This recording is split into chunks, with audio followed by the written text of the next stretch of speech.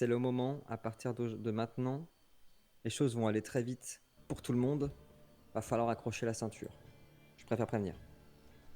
Galéade, tu viens d'arriver au, au sanctuaire, dans cet immense sanctuaire dédié au savoir, à l'érudition, à l'ésotérisme.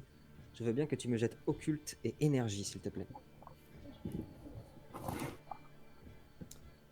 Alors, occulte et énergie. Occulte et énergie, s'il te plaît. Difficulté? 7, s'il te plaît. Euh, Bordel.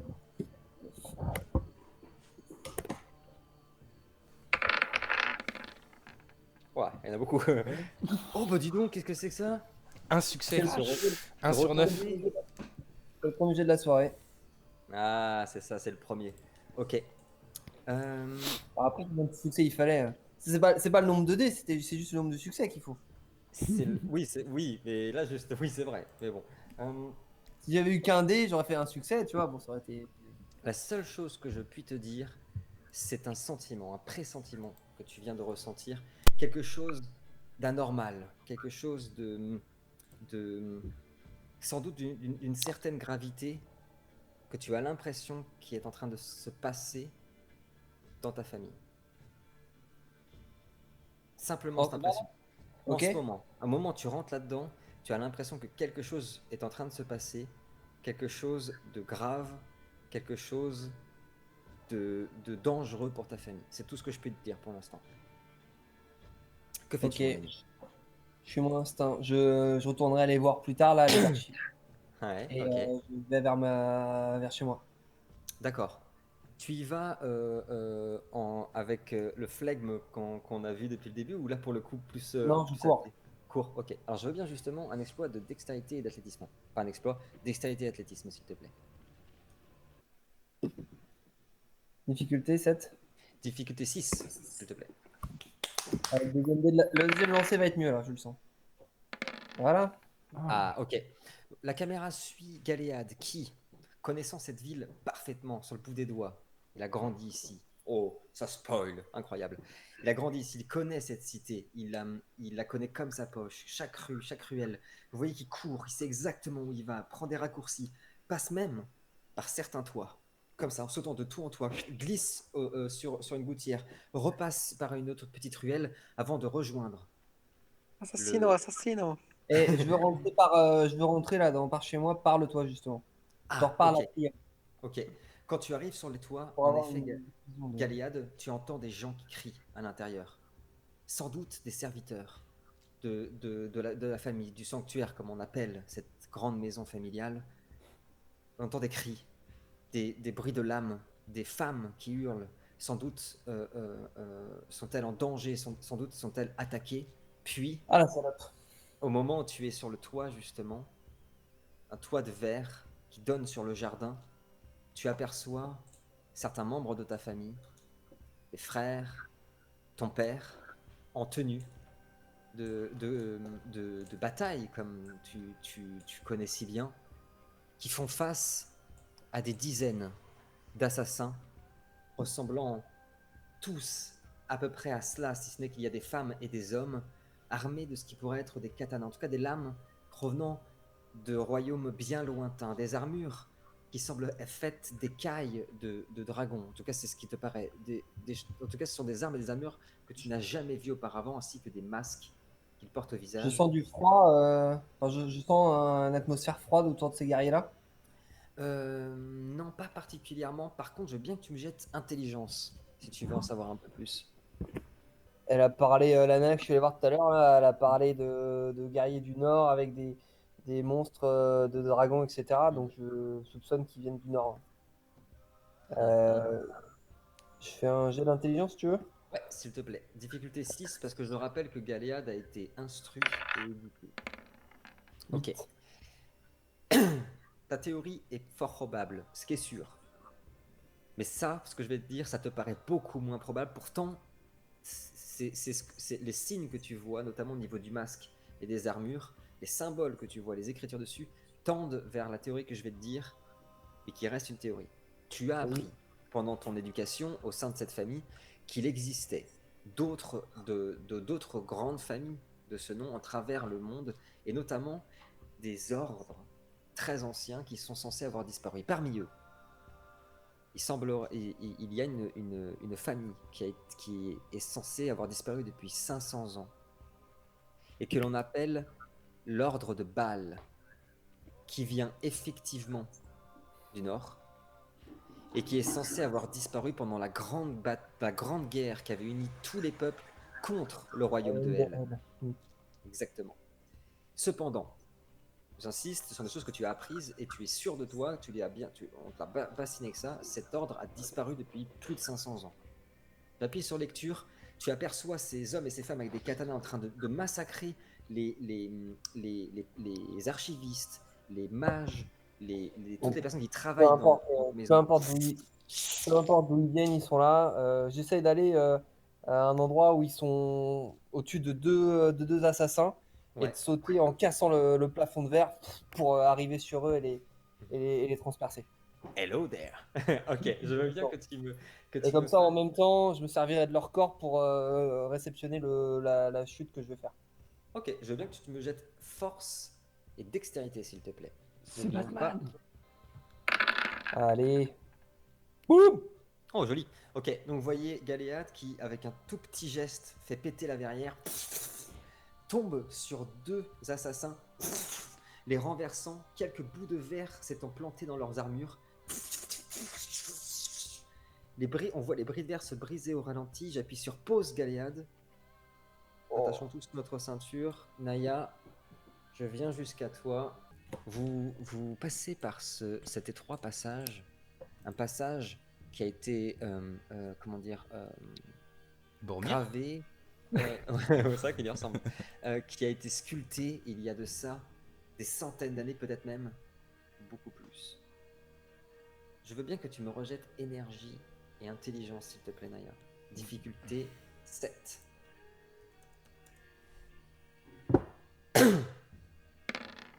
Oh, 6. Non. Le diable. Mais c'est difficulté 7. Non, exactement. J'ai fait 6, quoi. Non, 5. C'est un nom, et d'ailleurs, je conseillerais de garder tes chances, s'il t'en reste plus qu'une. Non, j'en ai plus du tout de chance. Ah, t'en as plus. Non. Je rappelle que j'ai 4 crasses. Tu n'as pas de ressenti spécial, tandis que Barbarta descend l'escalier prudemment. Il observe autour de lui les deux soldats qui accompagnent Ogdar, le suivent, puis Ogdar, puis toi. Peux-tu faire quelque chose de spécial? Je voudrais utiliser la voix des siens. Ah, ok, super, nickel. Allez, c'est parti, vas-y. OBA énergie, difficulté 7. Éliminer l'un des attributs suivants pendant ton tour. Ah oui, du coup, tu choisis Bah ouais. l'un des attributs. Ah, c'est cool. Ah, le mec qui a créé le jeu. Allez. Oh, joli ça. Donc 3 succès. Donc pendant 3 tours, c'est ça? Oui, c'est ça, exactement. Ok, donc l'occulte. Il est le modèle de con celui-là. Il est con celui-là. Ça, j'ai l'impression, il y a un truc occulte. Je suis pas sûr. Ça sent la douille. Je me dis, ça peut booster ça. Tandis que Lino vient d'incanter ce rituel, que Naya vient d'incanter ce rituel, Barbarta, suivi par les deux soldats, Ogdar et Naya, arrive au cœur du sanctuaire, là où se trouve l'épée des rois, entourée de vieilles pierres, en effet, sans doute des menhirs, des sculptures qui ont été profanées récemment par la langue noire, par la magie noire, mais trône toujours sur son socle cette épée magnifique. Et Naya, la première chose qui te frappe en voyant l'épée, c'est une pierre verte incrustée dans la lame, magnifique, qui dès que tu arrives semble dégager une attraction extraordinaire, notamment sur toi. J'appuie sur pause parce qu'à partir de maintenant tout va aller extrêmement vite. Donc les gars, là, j'ai mis pause sur tout le monde. Galéade, on voit actuellement tous les bouts de verre qui s'éclatent au ralenti. Dragan est en train de poser le pied devant cette incroyable cité.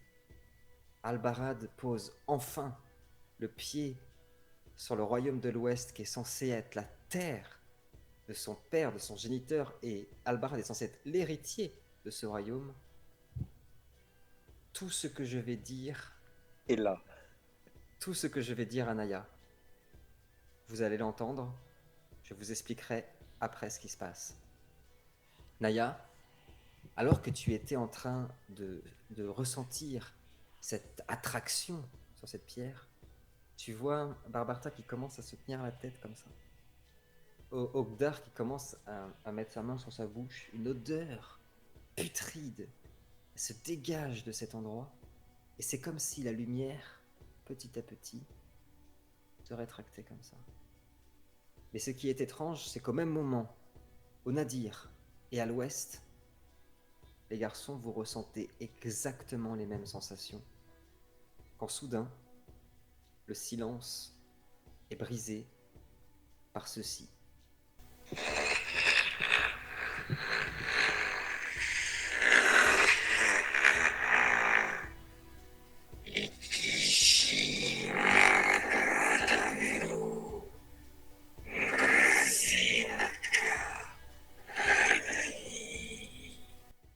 J'appuie sur lecture, c'est une incantation en langue noire que vous avez entendue tous. Igishi Naradradhaneru, Unbrashi Naka Adani. Galéade, tu es le seul à savoir ce que ça veut dire. C'est une des paroles en langue noire extrêmement élaborées par rapport à tout ce que vous avez pu entendre pour l'instant. Et surtout, c'est une forme complètement différente de langage que vous avez pu entendre dans le premier sanctuaire, quand on vous avait parlé en langue noire. Cette fois-ci, il s'agit d'une façon de parler en langue noire pour se moquer, qui est extrêmement insultante et qui est très dégradante pour les mortels, qui n'a pas vraiment de traduction, si ce n'est justement une moquerie profonde pour tout ce qui vit. Je rappuie sur lecture.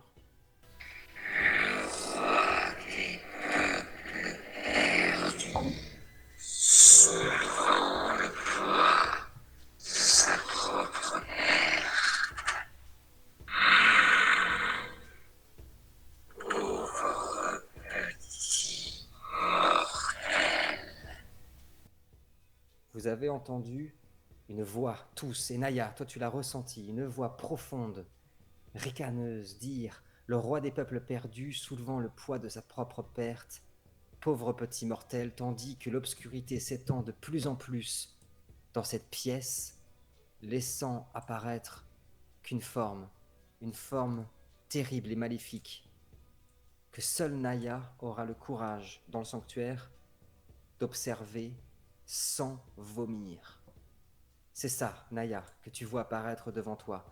Un mélange difforme d'ombre qui avale toute la lumière et de sang comme s'il était recouvert de veines couvertes de sang qui le parcourent entièrement.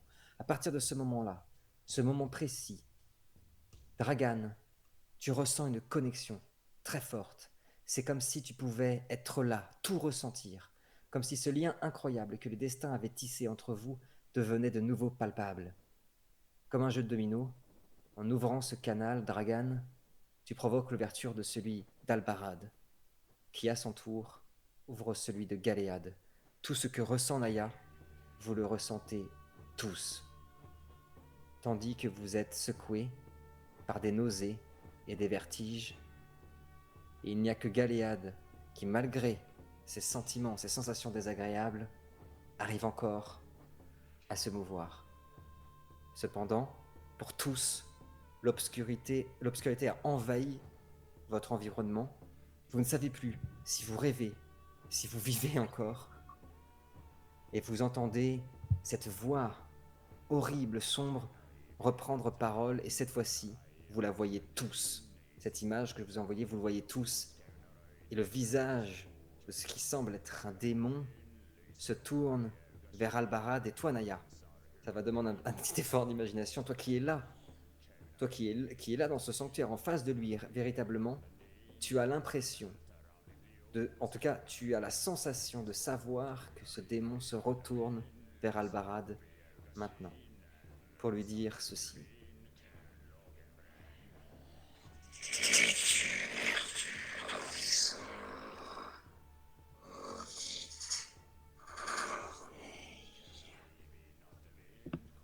il a dit, je traduis si avec le micro on n'entend pas très bien, t'es-tu perdu dans les ombres maudites Corneille? Il continue à observer Albarad pour lui dire ceci.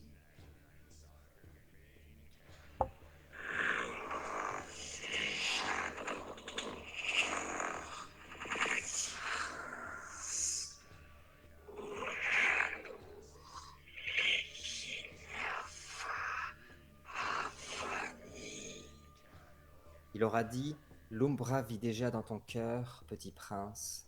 Puis, il aura incanté une nouvelle phrase en langue noire que seul Galéade comprendra, et je vais le dire à tout le monde. Cependant, que Galéade le saura. Il ne te reste que 3 ans à vivre, aura-t-il dit. Puis vous voyez la tête du démon se tourner vers Dragan, et comme s'il pouvait, sans être là physiquement, sans être dans l'ouest, s'approcher de Dragan, le renifler, et faire une fixette sur quelque chose qu'il semble couver dans son manteau. Il prend parole et dit ceci à Dragan.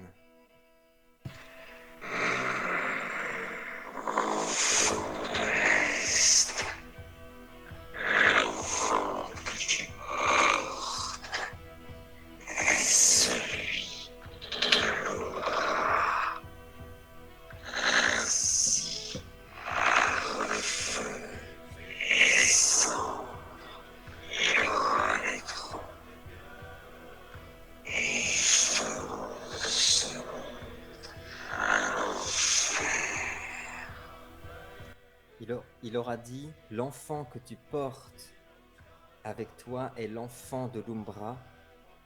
Et il aura dit, ainsi ils renaîtront du feu et des cendres, avant de finir en disant ceci, toujours à Dragan.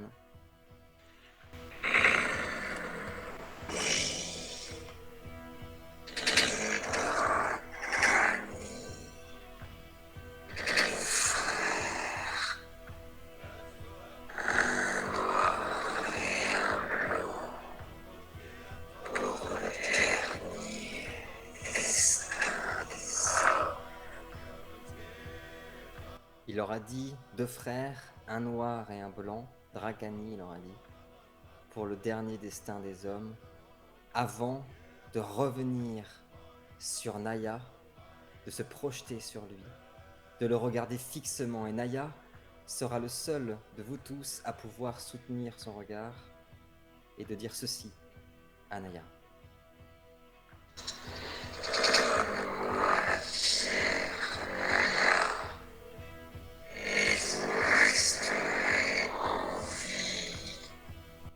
Il dira à Naya, donne-moi la pierre et vous resterez en vie. Il ne parlera pas, pour une raison que je ne dirai pas, à Galéade. J'appuie sur lecture, quelque chose de très important va se passer. C'est parti. Où que vous soyez, c'est comme si le réel se tordait et s'effondrait sur lui-même, comme si les ténèbres dans un nappage de fumée noire et épais envahissaient votre environnement tout entier. La pierre de Galéade se met soudainement à brûler intensément, comme un brasier. Et c'est comme si le monde réel, pour tous, se mettait à tanguer, comme si vous perdiez conscience, petit à petit, et vous noyiez dans un songe pesant. Jusqu'à ce qu'il fasse entièrement noir tout autour de vous, une obscurité si dense qu'elle ne laisse échapper aucune lumière. Et un silence long, froid et terrifiant. Vous ne ressentez plus rien, ni le poids de votre corps, ni celui de la gravité elle-même. Peut-être est-ce la mort. Quand soudainement des noirceurs et des ombres se matérialisent, des formes, des voix, des odeurs. En un instant, vous vous êtes retrouvé au milieu d'un temple immense. Ombre vous-même, ombre parmi les ombres, tout autour de vous des statues à l'effigie de dieux oubliés se dressent fièrement. Défiant la réalité, les énergies du grand fleuve sont ici matière, palpable, réelle. Alors que vous pouvez même entendre les cantiques noirs qui gorgent et nourrissent cette autre réalité où vous êtes à présent. Les milliers de mots des hommes, les cris, les pleurs, les pensées que l'on souhaite oublier ou cacher et qui se retrouvent ici et qui convergent jusqu'à ce monde pour le nourrir de toutes les peines. Une porte ouverte malgré vous et dans laquelle chacun aura été plongé, une porte s'est ouverte vers l'autre monde et elle vous y a précipité. Autour de vous, enfin, des dizaines de Drogour semblent combattre d'autres ombres qui portent pour blason la rose, tandis que des acolytes que je vous montrerai dans un instant se mêlent au combat. Bienvenue, amis d'Erde, au cœur de l'autre monde, là où les ombres règnent en maître, là où l'invisible est démasqué, dans le monde de tous les possibles. Bienvenue en Umbra, là où l'on ne revient jamais comme l'on était venu, le monde qui vit sous notre monde, là où le temps n'est plus et n'a plus aucune emprise sur vous. Avant de vous montrer où vous vous trouvez, pour nos spectateurs, il y a un écran noir. J'insiste, nous étions bien à l'épisode 7, mais s'affiche pour notre écran et pour les spectateurs, épisode 1, là où va l'Indien. Vous vous retrouvez donc, je vous montre de ce pas, mes amis, dans cet endroit. Un endroit obscur, gigantesque. Un temple où vous vous trouvez, qui est immense et dont les dimensions sont démesurées. Au plafond, à plusieurs dizaines de mètres, un puits de lumière laisse s'échapper les maigres rayons d'une lune rouge et ocre. Et de ce puits s'échappe une fine pluie de pétales de rose qui pénètre dans l'antre du sanctuaire, virevoltant, ici et là, dans l'immensité de la pièce. Avant que je n'appuie sur lecture, dans ce temple gigantesque où vous vous retrouvez tous, pour une raison qui nous dépasse, se trouvent aussi 8 Drogour, 25 acolytes, d'ombre, entièrement faits d'ombre, 25 acolytes. Se retrouve aussi le démon qui a parlé à Naya et aux autres, 25 assassins de l'ordre de Baal qui se battaient contre la famille de Galéade, et 25 membres de la famille de Galéade.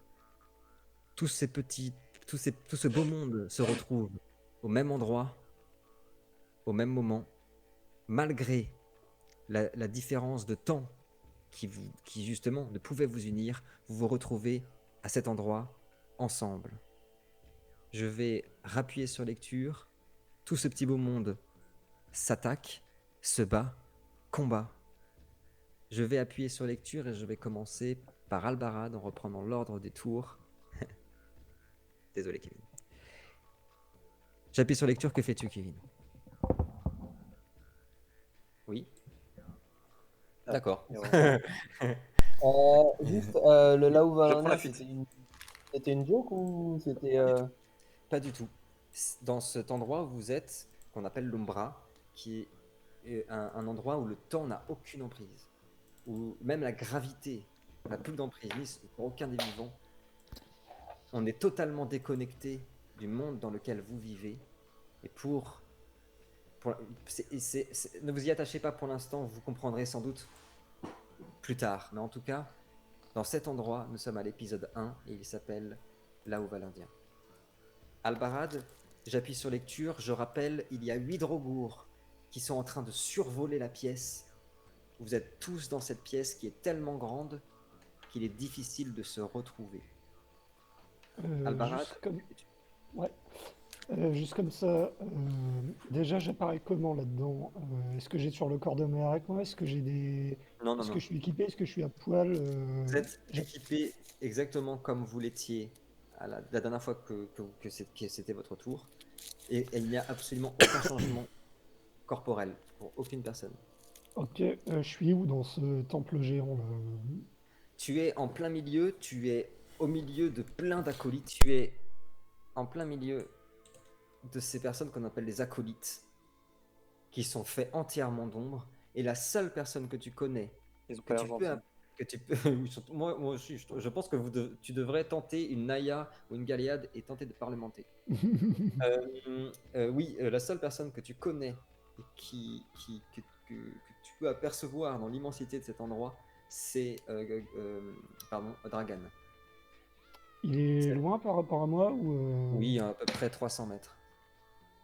Et j'imagine que c'est peuplé de ces saloperies d'acolytes entre-temps. Tout à fait. Et je te laisse 3 secondes, sinon j'attaque. Que fais-tu? Je suis entouré d'acolytes, hein, donc... Oui, non, tout à bah, fait. je cherche pas à comprendre sur le moment. Je prends le bouclier en main gauche, Ok. je dégaine mon épée et avant qu'il puisse m'encercler totalement, j'essaye de forcer le passage, tu vois, en foutant un coup de bouclier, puis j'essaye de me dégager avant qu'il m'encercle, quoi. Vers quelle direction? Vers Dragan. Je veux bien que tu me jettes bagarre plus force, s'il te plaît. Difficulté 8. La bagarre. Bah dis donc. Ah oui, bon. Il y a 2 10, mais ok. Vous voyez Albarad qui fonce avec son bouclier en avant, réussit à projeter 2 acolytes devant lui, se frayer légèrement un chemin. Tu ne les auras pas blessés, Albarad. Dragan, j'appuie sur lecture. Tu es à plusieurs centaines de mètres de là. Tu as aperçu aussi les drogours voler au-dessus de vous. Pour l'instant, je ne détaille pas plus, je le ferai à mon tour. Il y a tous ces acolytes autour de toi. Toi, la seule personne que tu aperçois, c'est Albarad qui est en train de se frayer un chemin vers toi. Que fais-tu? Du coup, je pars du principe que c'est une bonne idée de se regrouper. Du coup, je pars directement dans la direction d'Albarad. Mhm. Et très honnêtement, c'est un peu la merde. Mhm. Donc, en plus, il m'a parlé directement et j'ai pas tout Oui, compris en ma personne. Du oui, coup, je pense que je suis un peu sous le choc. tout à fait. Et surtout que ça me parle parce qu'il a parlé des termes que Oui. je connais. Mhm. Et du coup, mon arc en main, c'est un peu fébrile, hein, genre un peu beaucoup énervé, tu sais, genre avec Mhm. l'arc lui-même qui, tu sais, qui crisse un peu, genre à force de le serrer, Ok, tu vois. Et, calme. et même, je sais pas vraiment quoi faire. Et du coup, je pars dans la direction d'Albarad et genre, je trace le sprint de ma life, quoi. Genre, Ok. je me regroupe et je pense même pas attaquer les autres parce que je suis dans mon truc. Je suis, putain, qu'est-ce qui s'est passé, quoi. Genre, je suis pas bien du tout et même, limite, je suis dans mon truc et je dis, il faut que je rejoigne les autres. Enfin, il faut que je rejoigne quelqu'un. Genre, je suis pas en compétence 2 pour l'instant. Je veux bien, avant que tu jettes ton jet pour partir, puisque tu insistes pour avoir cette pensée, je veux bien que tu me jettes intelligence et énergie, s'il te plaît. Difficulté combien? Difficulté 6, s'il te plaît. Chargeur, là. iPhone, viens ma petit chargeur. Ok.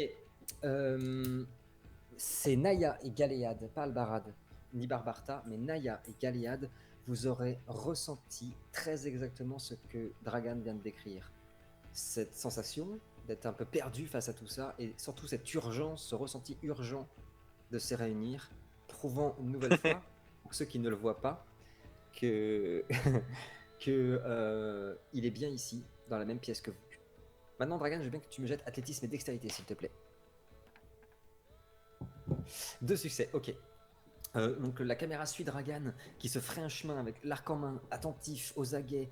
Pour la première fois, semble même un peu dépassé par tous ces événements. Lui qui sait si bien garder son calme, il arrive à se frayer un chemin, se rapprocher d'une centaine de mètres d'Albarad. J'appuie sur lecture pour Galéade. Galéade, toi, Galéade, tu te retrouves oui, nez à nez, en plein milieu des assassins que je t'ai montré tout à l'heure, avec les autres membres de ta famille, notamment ton père qui est dos à toi et qui combat ces assassins.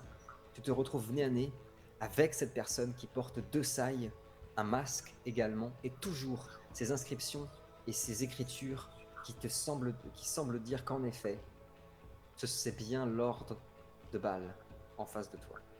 Toi non plus, pourtant, adepte en tout cas, de la théorie de toutes ces choses, toi non plus, tu ne comprends pas ce qui se passe. Mais tu sais une chose, la personne qui est devant toi, elle veut pas parlementer. Ça, c'est D'accord. J'appuie sur lecture. Elle est donc avec ses 2 sailles comme ça se combat partout et dans ton dos, il y a ton père qui combat avec ses dagues contre un autre assassin. Ils sont où les autres gens de ma famille? Rapidement. Tout autour de vous. Vous êtes vraiment, pour l'instant, vraiment un pack. Et toi, tu ne vois aucun des autres personnages. Cependant, tu as ressenti ce qu'a dit Dragan. Ok. Mon instinct reprend le dessus. Oui. Je crie.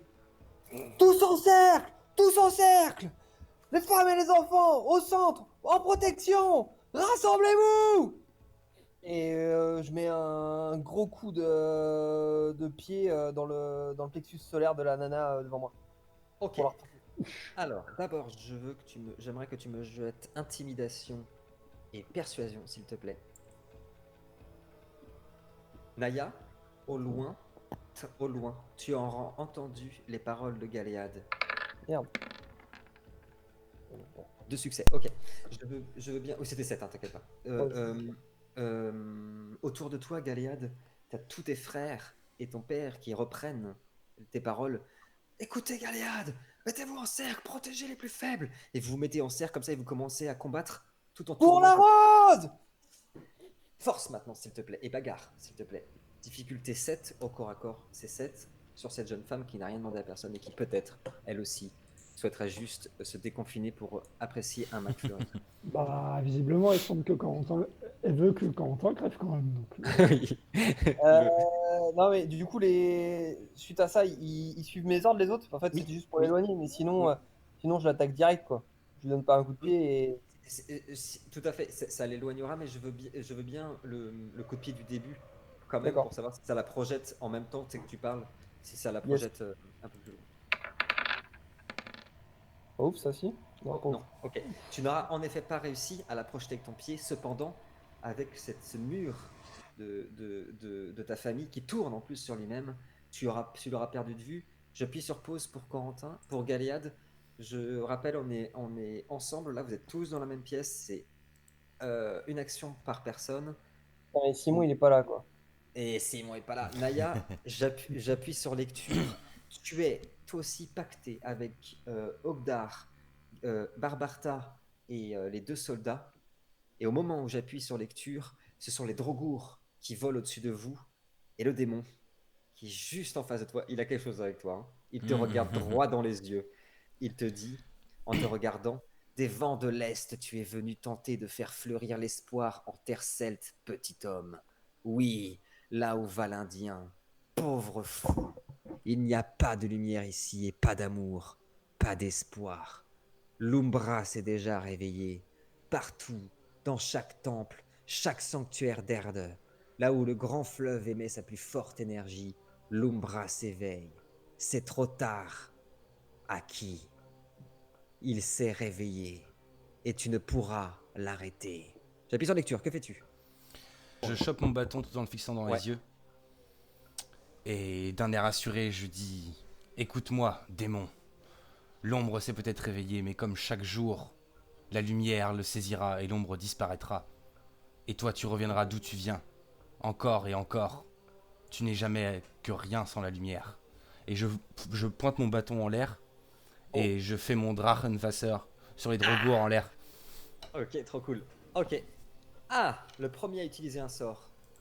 Un don, ouais. Première chose que nous pouvons observer donc dans l'Umbra.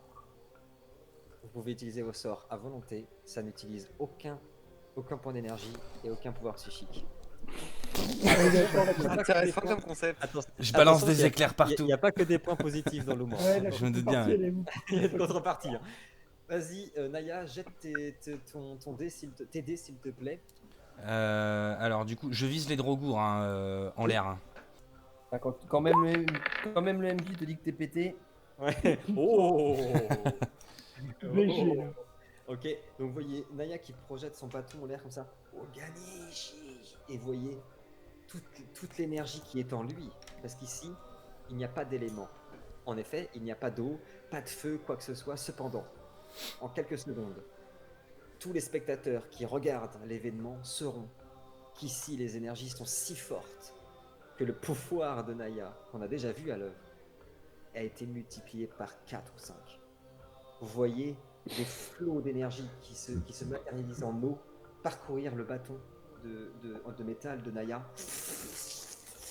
former un dragon d'eau immense dont la cime est entièrement faite de cristaux de glace qui reflètent les plus petites particules de lumière infime qui proviennent de cette lune et qui partent dans les Drogours.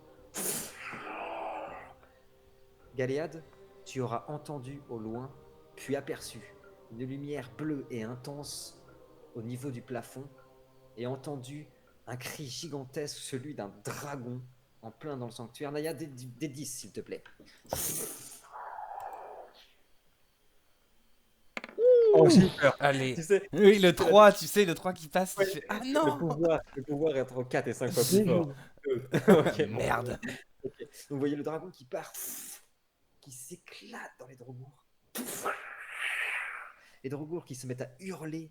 Et pour la première fois depuis 9 épisodes, Naya, tu viens de blesser à mort un drogour qui s'est fait avaler entièrement par ton dragon, par ton Drarenvasa. Et on l'a vu exploser en des milliers de particules d'ombre. Et suivi par le Drarenvasa qui explose en des milliers de particules de glace. Oh que c'est beau. Alors là, il y a du budget là. Je rappuie sur rien du tout, c'est à moi de jouer. Albarad, tu es en plein milieu des acolytes à essayer de te frayer un chemin. Tu as aperçu Dragan qui fonçait vers toi pour te rejoindre.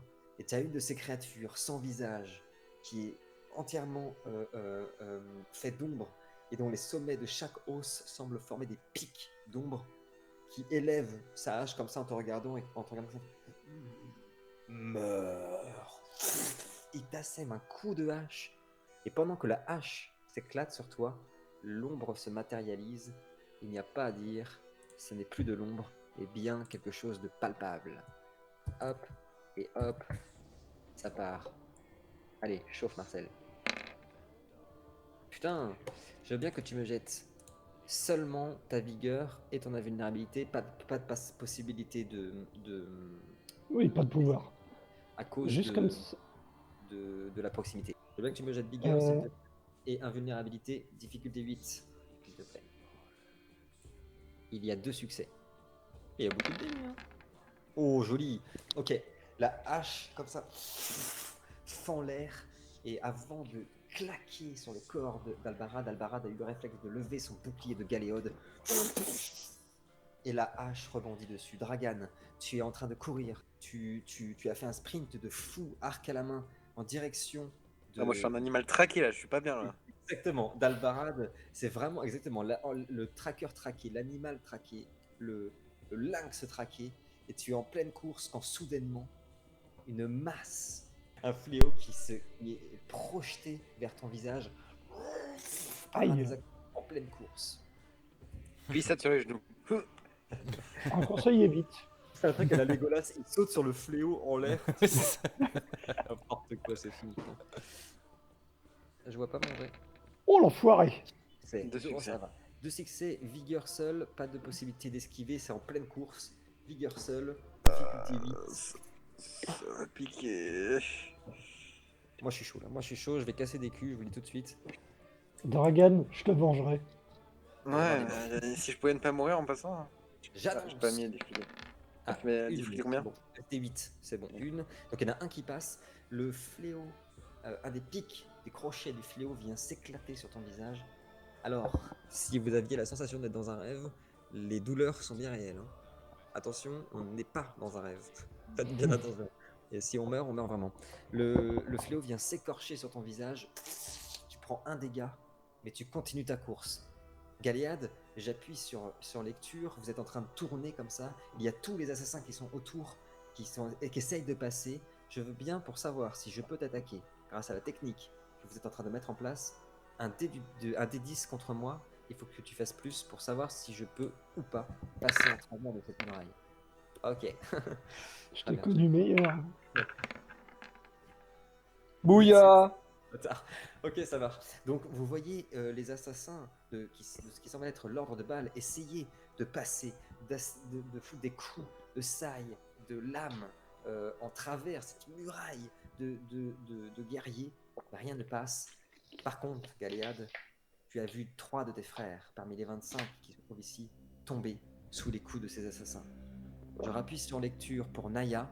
Naya, au moment où j'appuie sur lecture, un premier drogour est descendu du ciel en poussant un cri hyper strident. On dirait comme un peu un rapace avant de frapper sur sa proie. Est venu attraper un des soldats d'Ogdar, le monter en l'air, et en l'air, c'est ce que font les drogours, vous le savez, arracher ses côtes, Aïe.